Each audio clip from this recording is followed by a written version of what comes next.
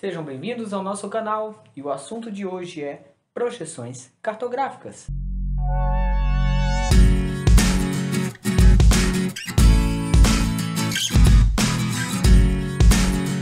Olá pessoal, bem-vindos novamente, professor Luciano com vocês, professor de Geografia, e hoje o nosso assunto é bem legal. Hoje vamos falar sobre projeções cartográficas, isso mesmo, as projeções cartográficas. Bom, antes de iniciar, vamos lembrar do seguinte: a Terra ela não é 100% redonda, né? Ela é o formato de um geóide, mas para facilitar os cálculos, a forma de se fazer as projeções cartográficas, os cartógrafos chegaram à seguinte conclusão: nós não podemos usar um geóide como instrumento, então vamos criar uma elipsoide, que é justamente uma circunferência, vamos dizer assim, de forma oval, que é mais ou menos o que a Terra se parece, com essa imagenzinha aí do lado. Olha, agora, para se chegar a determinar as projeções cartográficas, fazer todas essas projeções, foi necessário pensar o seguinte: nós saímos de uma situação em uma estrutura 3D, que é o planeta Terra, para uma estrutura 2D, que é uma projeção, um plano qualquer. Matematicamente falando, é impossível de se fazer, porque vai gerar distorções. E essas distorções, né, podem confundir quem não tem muito afinco ali com a ciência cartográfica, quem não está acostumado. Pois bem, para que servem as projeções cartográficas? Para facilitar os estudos geográficos, né, de um todo do planeta Terra, para que a gente possa enxergar no nosso livro, por exemplo, no nosso caderno, né, os nossos mapas, com uma maior praticidade do que sair por aí carregando um globo terrestre. Ok? Vamos lá. Nós temos três tipos de projeções que são as mais comuns: as projeções cilíndricas, as projeções cônicas e as projeções planas, também chamadas de azimutal. Vamos para as projeções cilíndricas primeiro, que é a que a gente está mais acostumado nos nossos livros. É a mais usada entre todas as projeções. A projeção cilíndrica ela consiste nada mais nada menos em que você colocar o planeta envolto por um cilindro. Um cilindro esse como se fosse de papel, vamos dizer assim. Ao colocar o planeta dentro deste cilindro, né, imagine, o cilindro vai tocar apenas a porção próxima à linha do Equador, a porção do Equador. Ou seja, essa porção equatorial do planeta vai ficar muito bem representada. Enquanto as porções, tanto de latitudes altas para o sul, de latitudes elevadas para o norte, terão uma distorção muito grande para representá-las. Então, na projeção cilíndrica, nós vamos sempre ter distorções nas médias e altas latitudes, ok? Na projeção cônica, depois nós temos aqui um negócio para falar sobre as projeções cilíndricas, nós temos duas aí em potencial para poder conversar. Na projeção cônica, nós temos que o planeta é envolto por um cone, geralmente em um dos polos.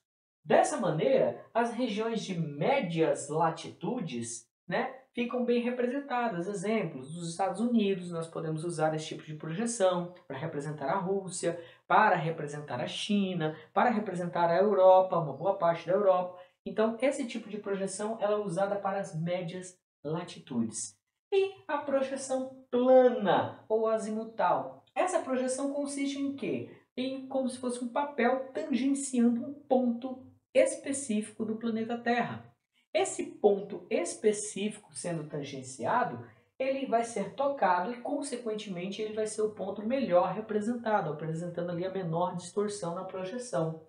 Esse tipo de projeção é usada principalmente para representar os polos, tanto o polo norte quanto o polo sul. No caso aqui, o polo sul, a Antártida muito bem representada, né? Enquanto as áreas em volta vão ter mais distorções, porque essas áreas vão tendendo ao infinito nesse tipo de projeção.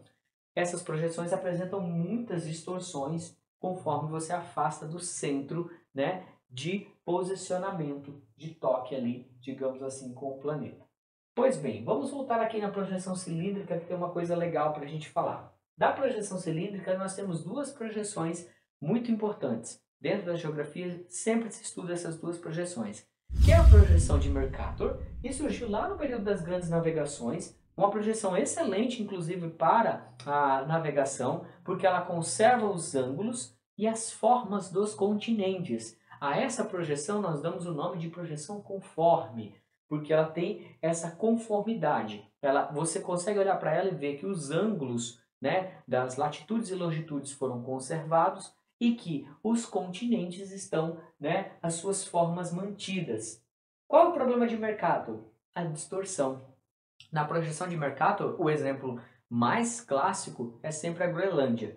Quando você olha para a Groenlândia em Mercator, a impressão que tem é que ela é maior que a América do Sul, o que não acontece, já que a Groenlândia é uma ilha muito menor que o Brasil. Na projeção de Peters, essa projeção, aliás, é uma projeção que se usa muito de forma didática de Peters, porque ela é uma resposta no momento ali pós-Segunda Guerra Mundial. Ela ficou popularmente conhecida em 1970, a partir de 1970. Essa projeção de Peters, ela veio para trazer uma nova forma de calcular. O que ele fez? Ele manteve a equivalência das áreas, por isso nós chamamos essa projeção de projeção equivalente. Essa equivalência das áreas para representar de melhor maneira os países ditos como não desenvolvidos, porque estavam conseguindo ali suas independências justamente nesse período de pós-Segunda Guerra Mundial e queriam ser melhores representados. Gal Peters, ao fazer isso, ele coloca a Europa numa situação muito pequenininha em relação aos outros países, ou seja, na situação real. Já a projeção de Mercator, ela sempre foi vista como uma projeção eurocêntrica, aquela que colocou a Europa no centro do mapa, né, e transformou a Europa em algo muito grande, o que na realidade não é em comparação aos outros países ali de latitudes mais baixas, por exemplo, e, né, a Europa no centro. E Peters veio com essa projeção justamente para fazer ali, né, uma reflexão no momento. Será que a Europa realmente é tão grande assim? Pessoal, isso foi um pouquinho sobre projeções cartográficas. Agora, muito legal a gente lembrar que não existe só esses três tipos de projeções, essas são as mais usuais. Nós temos inúmeras outras projeções, policônica, de Mobius, a projeção de Robson, que é muito utilizada, essa projeção de Robson em livros didáticos, principalmente, né, porque ela tem um formato bem interessante, uma distorção bem menor dos continentes, né, e fica de uma forma didática mais interessante também para os estudos geográficos quando se trata aí do mundo todo. Muito obrigado por terem assistido até aqui. Não se esqueça de se inscrever no nosso canal. Se gostou aí, deixa seu like.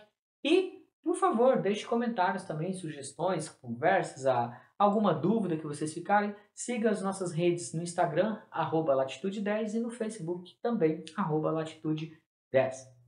Ok? Obrigado e até logo.